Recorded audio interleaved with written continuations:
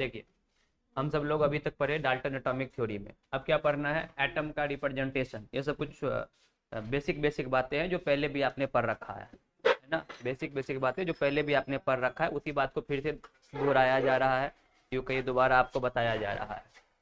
Representation of the atom कैसे करते हैं? एटम को रिप्रेजेंट कैसे करते हैं?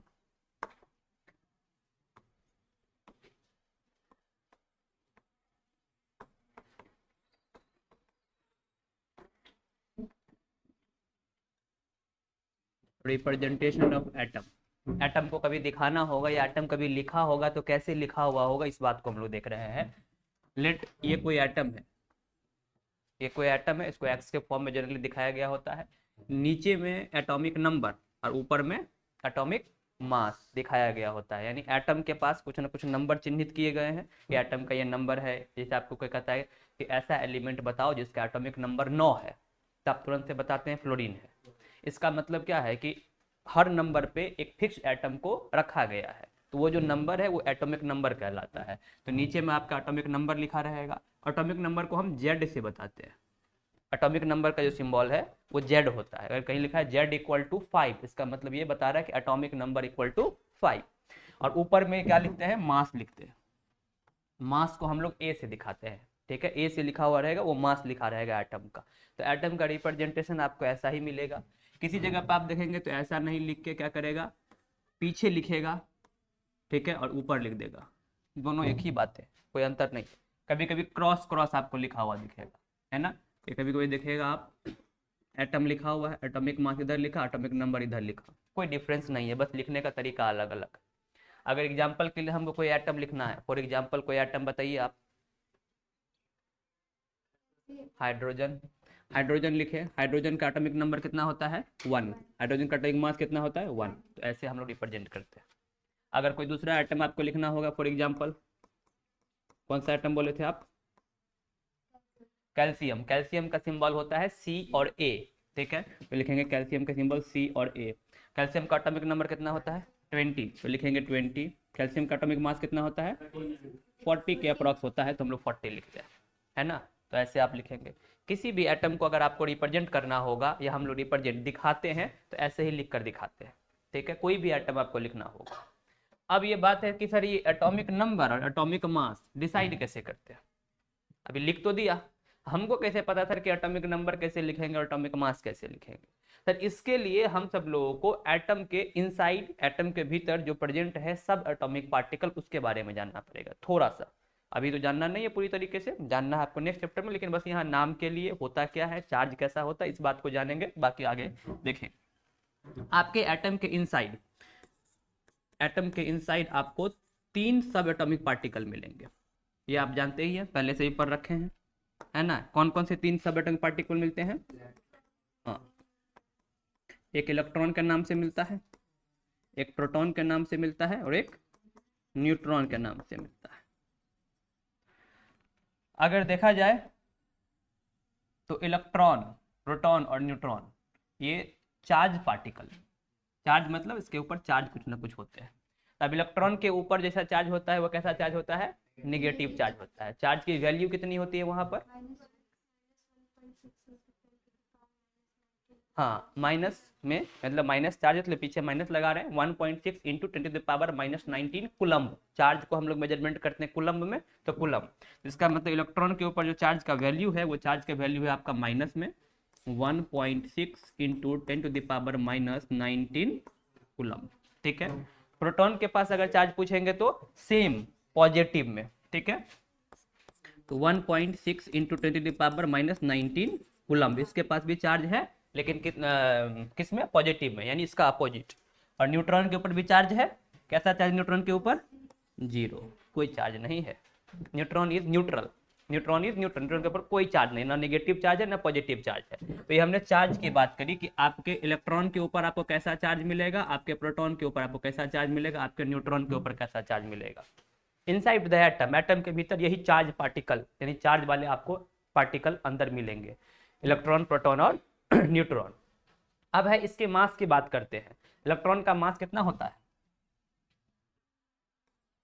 हम्म, किसी को नहीं पता? 9.31 इंटू 10⁻³ kg। देख रहे हैं कितना भारी भयंकर है आपका इलेक्ट्रॉन, है ना? नहीं, भारी भयंकर नहीं है। जैसे आपको भी मैं बताऊं 1 किलोग्राम, तो आपको लगता है सर कुछ वजन तो है ना? आपको मैं बताऊं उसका छोटा कर दूं, उसको कर दूं 500 ग्राम, तो कुछ हल्का होगा। फिर छोटा कर दूं 100 ग्राम, कुछ हल्का और होगा। छोटा करके 1 ग्राम कर दूं, चल रहेगा, बहुत कम है सर। अब इसको छोटा करके मैं 0.1 ग्राम कर दूं, रहेगा और सर छोटा है। उसको छोटा करके 0.01 ग्राम कर दूं, तो लगेगा कुछ और छोटा है। उसको छोटा करके 0.0003 बार कर दूं, फिर 1 कर दूं, तो लगेगा सर अब है कि नहीं ये भी पता नहीं चल रहा है ना? जबकि देखिए इस इलेक्ट्रॉन के ऊपर 10⁻³ कहने का मतलब है इस नंबर को नीचे में 10 के पावर में, मतलब 10 के ऊपर 31 जीरो रख के डिवाइड करने हैं।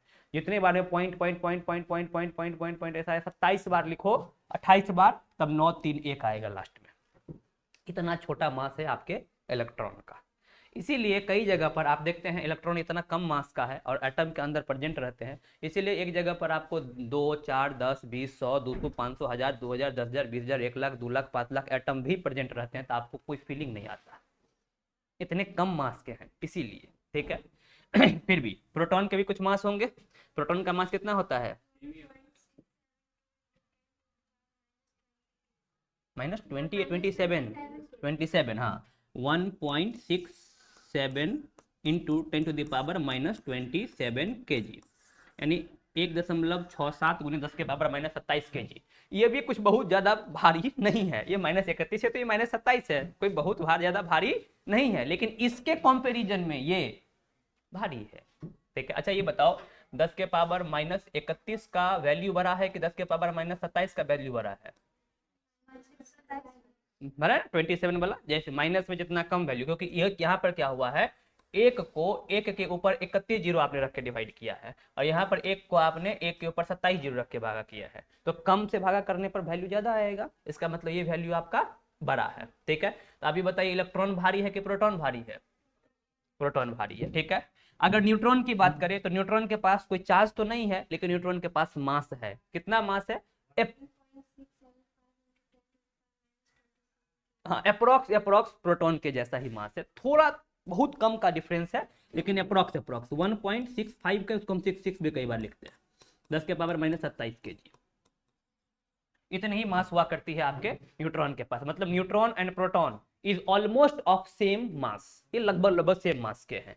और न्यूट्रॉन और प्रोटॉन हैवी मास है, इसीलिए ये आपके न्यूक्लियस के इनसाइड प्रेजेंट रहते हैं, और इसी की वजह से आपके एटम का मास हुआ करता है। जो एटम का एटॉमिक मास बोले हैं, ये किसकी वजह से होता है? इलेक्ट्रॉन की वजह से कि प्रोटॉन की वजह से कि न्यूट्रॉन की वजह से? ठीक। तो मैंने क्या कहा कि जो आपका एटम, वो एटम में जो एटॉमिक मास आपको दिख रहा है, या एटॉमिक मास जो आप बताते हैं, वो किसकी वजह से? किसी भी चीज का भार, किसी भी चीज का मास किसकी वजह से होता है? हैवी पार्टिकल की वजह से। जो भारी है उसकी वजह से मास होता है। तो भारी कौन है? Electron, proton, neutron. तुम भारी कौन है?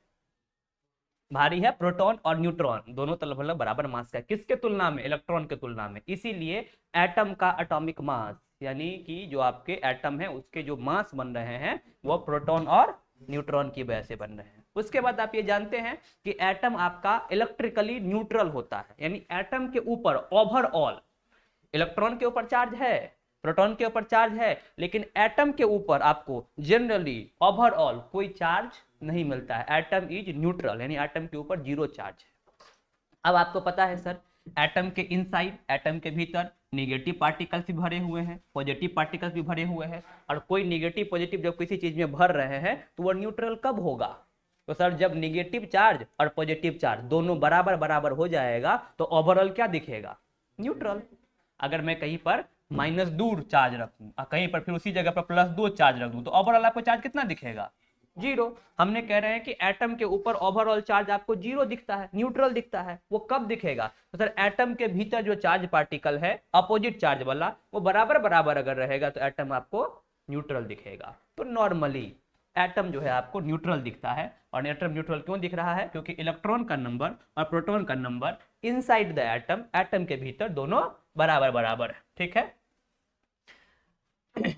अब मैंने कहा, अब इसको थोड़ा सा ऊपर करते हैं, इसी में समझ लेते हैं, इस पेज में, फिर नेक्स्ट पेज में न जाने चले जाएंगे। देखिए मैंने कहा कि आपके एटम का एटॉमिक नंबर किसी भी एटम का जेड रिप्रेजेंट करते हैं, वो किसके इक्वल्स हुआ करता है? तो सर एटम के इनसाइड कितने नंबर है किसके? प्रोटॉन के। ठीक है, तो नंबर ऑफ प्रोटॉन जितना भी रहेगा, नंबर ऑफ प्रोटॉन जितना भी रहेगा उतना ही आपका एटम का एटॉमिक नंबर होगा। ठीक है, अगर किसी एटम के इनसाइड 4 प्रोटॉन है तो उसका एटॉमिक नंबर भी 4 होगा। अगर किसी एटम के इनसाइड 25 प्रोटॉन है तो उसका एटॉमिक नंबर भी 25 होगा। ठीक है, किसी भी एटम का मास नंबर या मास नंबर किसके बराबर होगा? मास को रिप्रेजेंट करते ए से, किसके बराबर होगा? तो मैंने कहा मास किसकी वजह से होता है? प्रोटॉन और न्यूट्रॉन की वजह से। तो जितना प्रोटॉन का नंबर होगा और जितना न्यूट्रॉन का नंबर होगा, दोनों को सम कर देंगे, दोनों को ऐड कर देंगे, जो आएगा वो आपका मास नंबर होगा। यानी number of proton plus number of neutron, इन दोनों को ऐड करेंगे तो क्या आ जाएगा? आपका मास नंबर आ जाएगा। यानी आप शॉर्ट फॉर्म में लिख सकते हैं Z is equal to number of proton को हम P से दिखा रहे हैं, P। जब mass number A equal to लिख सकते हैं number of P plus number of N for neutron, P for proton. ठीक, ये बात आपको याद रखना है। कई बार बहुत सामान्य, बहुत साधारण क्वेश्चन में आपको कभी प्रोटॉन का नंबर दिया रहेगा, न्यूट्रॉन का नंबर दिया रहेगा, इलेक्ट्रॉन का नंबर पूछ लेगा। कभी इलेक्ट्रॉन का नंबर दिया रहेगा, न्यूट्रॉन का नंबर दिया रहेगा, प्रोटॉन का नंबर पूछ लेगा। कभी एटॉमिक नंबर दिया रहेगा, इलेक्ट्रॉन प्रोटॉन न्यूट्रॉन का नंबर पूछ लेगा। कभी मास दिया रहेगा, एटॉमिक नंबर पूछ लेगा, प्रोटॉन पूछ लेगा, न्यूट्रॉन पूछ लेगा, कुछ भी पूछेगा। अब एक दो को हम आपको एग्जाम्पल के तौर पर दिखा देते हैं तो हम लोग निकाल सकते हैं, क्योंकि एक दूसरे से सब जुड़े हुए हैं। ठीक, इसको नोट कर लीजिए तो हम आगे बढ़ जाएंगे।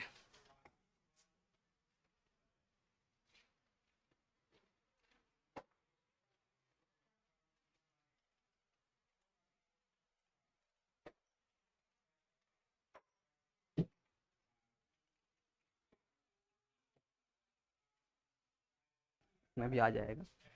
हाँ, न्यूक्लियॉन्स क्या होता है? हमने क्या कहा कि आपके एटम है, सॉरी सॉरी सॉरी बाबा, हमने कहा ये आपका एटम है। जनरली आप लोग एटम को ऐसे ही बनाया करते हैं। ठीक है, एटम के इनसाइड में क्या प्रेजेंट है? न्यूक्लियस।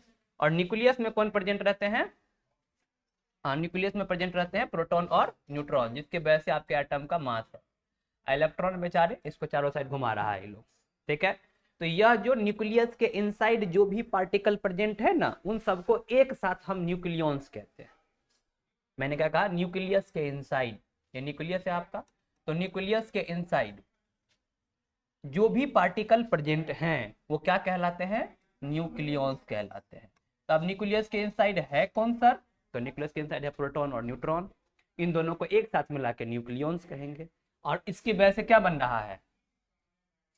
मास बन रहा है। इसका मतलब हम कह सकते हैं ना न्यूक्लियॉन्स की वजह से मास बन रहा है।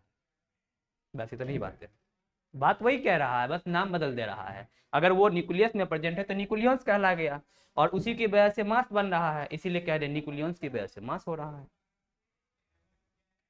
Of proton is equal to atomic number किसी भी एलिमेंट, किसी भी एटम का, और number of proton plus number of neutron equal to atomic mass. ठीक है, अब मैं बोलता हूं आपको कि एक एटम है। ठीक है, एक एटम है, उस एटम कोई एक्स, हमें नाम अभी नहीं पता, बस उस एटम का मुझे क्या गिवन है? जेड। जेड से क्या रिप्रेजेंट करते हैं? एटॉमिक नंबर को। जेड उसका गिवन है 19। ठीक है, और उसका ए गिवन है कितना? 39। ए गिवन है कितना? 39। तो हमें ये बताइए उसमें इलेक्ट्रॉन, प्रोटॉन और न्यूट्रॉन की नंबर कितनी है? आसानी से पता चल जाएगा। अगर इस एटम है, कोई एटम है, उस एटम में ए गिवन है 39, यानी मास नंबर उसका गिवन है 39, और जेड यानी एटॉमिक नंबर उसका गिवन है 19। तो हमें बताना चाहिए कि इसमें इलेक्ट्रॉन कितने हैं, इसमें प्रोटॉन कितने हैं, इसमें न्यूट्रॉन कितने हैं। तो बता देंगे ये बात, कोई बहुत आसान है, बताइए जरा। ठीक है, देखिए हमने अभी आपको बताया कि जेड एटॉमिक नंबर किसके बराबर? Number of proton. तो नंबर ऑफ प्रोटॉन निकालने में तो कोई समस्या नहीं है, ये तो डायरेक्टली आपके एटॉमिक नंबर के बराबर हो जाएगा। मैंने कहा मास नंबर ए किसके बराबर हुआ करता है? तो प्रोटॉन प्लस न्यूट्रॉन के नंबर। तो प्रोटॉन के नंबर हमें मिले हुए हैं 19, एटॉमिक नंबर हमें मिले हुए हैं 39, तो न्यूट्रॉन का नंबर यहाँ से मिल जाएगा, न्यूट्रॉन इज इक्वल टू 20, इसको माइनस कर देंगे। और हमने कहा किसी भी एटम में नॉर्मली इलेक्ट्रिकली न्यूट्रल होता है तो उसमें जितने प्रोटॉन होते हैं उतने ही इलेक्ट्रॉन होते हैं। तो प्रोटॉन का नंबर अगर 19 है तो इलेक्ट्रॉन का नंबर कितना हो जाएगा 19। जब तक कोई चार्ज गिवन नहीं है तब तक की बात कर रहे हैं, न्यूट्रल है जब तक तब तक, कोई दिक्कत इसमें। अगर मैं कोई दूसरा एटम लिखूं, मैंने लिखा एक एटम कोई भी एक्स, उसमें मैंने कहा कि प्रोटॉन का नंबर है आपका 20, ठीक है, इलेक्ट्रॉन का नंबर है आपका 20, ठीक। और आपको क्या दे दूं, हाँ तो इसे हमें इसका हमें जेड बता दीजिए, आप एटॉमिक नंबर बता दीजिए, और मास बताने के लिए आपको न्यूट्रॉन भी गिवन करना होगा ना। न्यूट्रॉन भी है आपका 20, तो हमें ए बता दीजिए। Z40, Z40, A40, A40, हाँ Z20, मतलब एटॉमिक नंबर किसके बराबर, नंबर ऑफ प्रोटॉन के बराबर, ये सबसे आसान है, नंबर ऑफ प्रोटॉन के बराबर। तो Z equal to number of P, number of P आपको गिवन है कितने हैं 20, तो ये हो गया 20।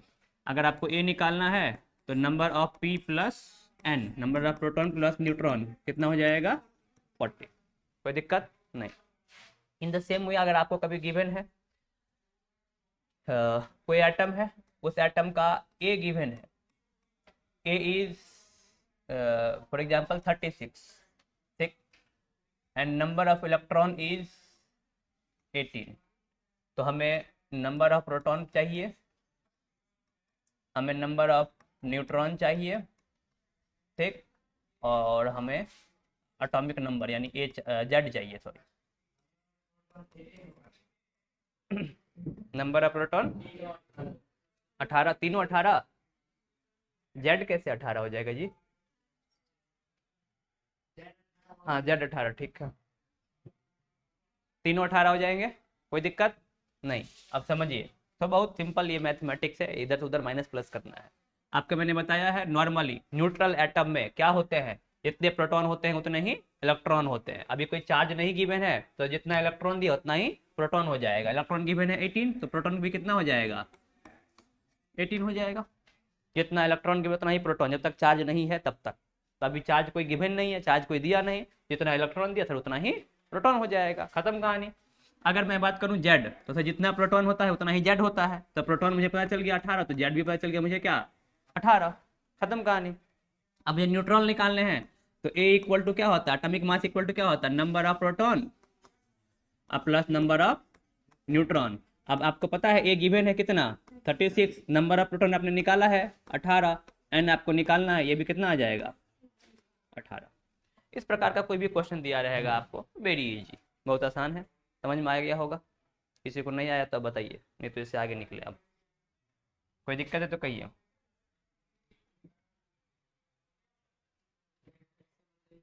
इस वाले को इसमें देखिए हमको गिवन था, हमको क्या दिया हुआ था पहले ये देख लीजिए। हमको गिवन था ए इक्वल टू 36, ए किसको कहते हैं एटॉमिक मास को, यानी एटॉमिक मास 36 है।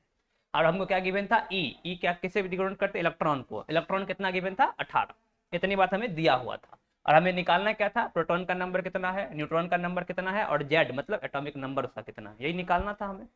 हमको पता है किसी भी एटम में जब तक वो इलेक्ट्रिकली न्यूट्रल है, मतलब जब तक उसके ऊपर कोई चार्ज नहीं है, तब तक जितने एटम में इलेक्ट्रॉन की संख्या होती है उतने ही एटम में प्रोटॉन की संख्या होती है। जो हमारा नॉलेज आया है, हमने गेन के उसके आधार पर हम बात कर रहे हैं। हमने अभी जो पढ़ा उसके अंदर क्या पढ़ा मैंने, कि जब तक एटम के ऊपर कोई चार्ज नहीं है तब तक एटम में जितने प्रोटॉन हैं उतने ही इलेक्ट्रॉन है। हमें इलेक्ट्रॉन गिवन है, अगर चार्ज नहीं है तो उतना ही प्रोटॉन भी हो जाएगा। तो प्रोटॉन कितना हो गया आपका 18, जितना इलेक्ट्रॉन था। अगर प्रोटॉन हमको 18 आ गया तो हमको क्या पता है कि जितना ही प्रोटॉन होता है उतना ही एटॉमिक नंबर होता है, तो जेड को मैंने उतना ही लिख दिया 18। पहले प्रोटॉन मैंने निकाला, जेड को हमेशा यानी एटॉमिक नंबर को हमेशा प्रोटॉन के नंबर के बराबर ही लिखना है, ये बात फिक्स है। तो जितना मैंने प्रोटॉन पहले निकाला उतना ही मैंने जेड लिख दिया, तो दो चीज में मिल गया। तीसरा मुझे क्या निकालना है, नंबर ऑफ न्यूट्रॉन, जो किस में आता है मास में आता है। और मास कितना किसके बराबर होता है, तो प्रोटॉन को जोड़ दो और न्यूट्रॉन को जोड़ दो, दोनों को जोड़ोगे तो मास निकल जाएगा। तो मैंने लिखा mass equal to number of proton plus number of neutron. Mass कितना है आपको गिवन 36, मैंने लिखा 36। नंबर ऑफ प्रोटॉन हम लोग यहाँ से निकालने कितना गिवन है 18 यानी 18, तो मैंने लिख दिया 18। न्यूट्रॉन मुझे निकालना था तो ये तो इधर माइनस कर दीजिए, आ गया आपका न्यूट्रॉन 18। बहुत सिंपल चीज है ये सब, हो गया। चलिए अब अगर आपके पास चार्ज एटम आ जाए, अगर आपके पास चार्ज एटम आ जाए तब क्या करोगे? तो आप पहले समझते हैं सर चार्ज एटम होता कैसे, मतलब बनता कैसे, इसकी बात समझते हैं। मैंने आपको ये बताया कि आपका जब भी एटम हुआ करता है तो एटम के इनसाइड न्यूक्लियस हुआ करता है, और न्यूक्लियस के अंदर अंदर जो है प्रोटॉन और न्यूट्रॉन बंद रहते हैं, बंद रहते हैं। इलेक्ट्रॉन जो है बेचारा चारों साइड घूम रहा होता है, बहुत मेहनत करता है इलेक्ट्रॉन, है ना। अब जरा देखा जाए, कभी भी किसी भी एटम से प्रोटॉन और न्यूट्रॉन में कोई भी चेंजिंग नहीं आता है। जब एक एटम क्रिएट हो गया यानी बन गया, निर्माण हो चुका है उसका, तो उसके प्रोटॉन में और उसके न्यूट्रॉन में कोई चेंजिंग नहीं आएगा। जैसे ही प्रोटॉन और न्यूट्रॉन में कुछ करेंगे तो एटम डिस्ट्रॉय हो जाएगा, एटम बर्बाद हो जाएगा, खत्म हो जाएगा, एटम बचवे नहीं करेगा। इसका मतलब एटम में जो कुछ भी बदलाव आ रहा है वह या तो इलेक्ट्रॉन की वजह से आ रहा है, वो इलेक्ट्रॉन के अंदर आने से, इलेक्ट्रॉन के बाहर जाने से, इसी की वजह से आ रहा है, बाकी और किसी की वजह से नहीं आ रहा है। पहली बात, पहली कॉन्सेप्ट ये डेवलप करना है। मैंने क्या कहा, आपके पास एटम हुआ करता है, एटम के सेंटर में न्यूक्लियस हुआ करता है, न्यूक्लियस में प्रोटॉन और न्यूट्रॉन होते हैं, और बाहर में इलेक्ट्रॉन है। जो बाहर में ये जो जगह है इसको हम लोग आगे चलेंगे ऑर्बिट डिवीजन करेंगे। अभी के लिए आप इसको क्या कहते हैं, सेल कहते हैं या ऑर्बिट कहते हैं, आप इसे क्या कहते हैं, कक्ष कहते हैं। और ये आपका न्यूक्लियस है, ये आपका केंद्र है बना हुआ, ठीक। मैंने कहा उसके भीतर, न्यूक्लियस के भीतर कौन बंद रहते हैं, तो सर प्रोटॉन और न्यूट्रॉन दोनों बंद रहता है। और वो जो जगह जिसको आप सेल या ऑर्बिट कह रहे हैं उसमें इलेक्ट्रॉन घूम रहा होता है। किसी भी एटम में कोई केमिकल रिएक्शन होता है, किसी भी एटम में चार्ज आता है, किसी भी एटम में कोई और प्रक्रिया होती है, वह इलेक्ट्रॉन की वजह से होती है, वह प्रोटॉन न्यूट्रॉन की वजह से नहीं होती है। प्रोटॉन न्यूट्रॉन सेंटर में बंद है, ठीक है, वो आपके एटम का एग्जिस्टेंस शो कर रहा है, वो एटम का अस्तित्व दिखा रहा है। अगर वो बर्बाद हो गया या वो टूट गया या उसको हटा दिया, कुछ चेंज कर दिया, तो वह एटम एग्जिस्ट नहीं करेगा। इसीलिए न्यूक्लियस में कोई चेंज नहीं आना है, मतलब प्रोटॉन न्यूट्रॉन में कोई बदलाव नहीं आना, वो फिक्स है। तो बदलाव किस में आ रहा है सर, इलेक्ट्रॉन में। अगर उस सेल में, उस ऑर्बिट में अगर स्पेस है कि और इलेक्ट्रॉन आ सकता है तो आप उसमें कुछ इलेक्ट्रॉन भर सकते हैं। अगर उसमें स्पेस नहीं है और वो चाह रहा है कुछ खाली कर दे, तो वो कुछ इलेक्ट्रॉन को अपने सेल या ऑर्बिट में से बाहर निकाल सकता है। यानी electron inside the orbit, orbit के भीतर आने से या ऑर्बिट से बाहर जाने में जो भी चेंज आता है उसी की वजह से आपका एटम के ऊपर चार्ज डेवलप करता है। क्योंकि जो जा रहा है बाहर और जो आ रहा है वो तो चार्ज पार्टिकल है सर, इलेक्ट्रॉन चार्ज पार्टिकल है ना आपका। तो चार्ज पार्टिकल के बाहर जाने या बाहर आने तो क्या होगा, इलेक्ट्रॉन के एटम के ऊपर आपको चार्ज डेवलप कर जाएगा। आप कैसे, जरा समझिए। अगर मुझे पता है कि जब तक ये न्यूट्रल है, न्यूट्रल मतलब कोई चार्ज नहीं है, इसका मतलब इसमें पॉजिटिव चार्ज की संख्या और इसमें नेगेटिव चार्ज की संख्या दोनों बराबर है, बराबर है ना। यानी जितना प्रोटॉन होगा, जितना पॉजिटिव होगा, उतना ही इलेक्ट्रॉन होगा। इसीलिए तो आपके एटम के ऊपर जीरो चार्ज, ठीक। अब मैं कह रहा हूं कि इसमें कोई बदलाव कभी नहीं आएगा, मतलब प्रोटॉन में कोई बदलाव नहीं आएगा। अगर मैं इसमें से एक माइनस वाला जो चार्ज था उसको बाहर निकाल दूं, बाहर निकाल दिया मैंने एक इलेक्ट्रॉन को, तो क्या हुआ, यहां पर पॉजिटिव चार्ज और निगेटिव चार्ज के नंबर में अंतर आ गया, अंतर आ गया। अगर जितना पॉजिटिव चार्ज था उतना ही निगेटिव था तो ओवरऑल जीरो, ओवरऑल जीरो। जितना पॉजिटिव चार्ज है उससे एक कम निगेटिव चार्ज है तो कौन सा चार्ज दिखेगा, पॉजिटिव दिखेगा।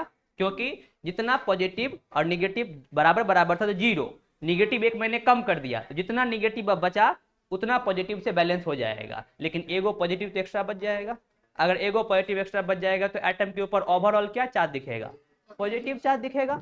इसीलिए जब इलेक्ट्रॉन बाहर जाते हैं आपके एटम से तो एटम आपका पॉजिटिवली चार्ज बन जाता है, एटम आपका पॉजिटिवली चार्ज हो जाता है। और पॉजिटिवली चार्ज एटम को हम लोग क्या कहते हैं, कैटायन कहते हैं। पॉजिटिवली चार्ज एटम को क्या कहेंगे, कैटायन कहेंगे। अगर ऐसा हो कि आपके एटम में एक इलेक्ट्रॉन को डाल दिया जाए, एक इलेक्ट्रॉन को मैंने इसमें पुट कर दिया, एक इलेक्ट्रॉन को जब पुट करेंगे तो जितना पॉजिटिव था जितना निगेटिव था दोनों मिलकर जीरो था। अगर मैंने एक निगेटिव पुट कर दिया तो ओवरऑल क्या हो गया कि एक निगेटिव बढ़ गया, एक निगेटिव बढ़ गया तो आपका एटम कैसा हो जाएगा, निगेटिवली चार्ज। और निगेटिवली चार्ज एटम को आप क्या कहते हैं, आयनायन कहते हैं। यानी ये सब चीज जो हो रहा है वह इलेक्ट्रॉन के नंबर में चेंज आने से हो रहा है। वो इलेक्ट्रॉन के नंबर में चेंज आने से हो रहा है, इलेक्ट्रॉन के नंबर में चेंज आने से। ठीक, तो अब आप ये बात समझ जाएंगे। पॉजिटिवली चार्ज या निगेटिवली चार्ज जो भी एटम रहता है उसे हम एक साथ क्या कहते हैं, उसे हम एक साथ आयन कहते हैं। यानी एटम के ऊपर चार्ज डेवलप करने से वो एटम को हम आयंस कहते हैं, आयन नाम उसको देते हैं आयन। उसमें हो सकते हैं वो कभी पॉजिटिवली चार्ज दिख रहे होंगे, कभी निगेटिवली चार्ज दिख रहे होंगे। ये डिपेंड करता है कि उनके पास इलेक्ट्रॉन और प्रोटॉन का नंबर कितना कितना है। न्यूट्रल चार्ज रहेगा तो पॉजिटिव चार्ज और negative charge plus neutral ion करेंगे या नहीं, जब चार्ज उसके ऊपर डेवलप करेगा तब उसको आयन करेंगे। Charge atom are called as ions. Neutral तो उसका नॉर्मल वे है उसको रिप्रेजेंट करने का, या नॉर्मल तरीका उसको रहने का। न्यूट्रल में हम कुछ से बातें चार्ज की, आयन की बातें नहीं करते हैं। हम बात करेंगे आयन की कब, जब एटम चार्ज होगा तब, बिना चार्ज में नहीं करेंगे ये बातें।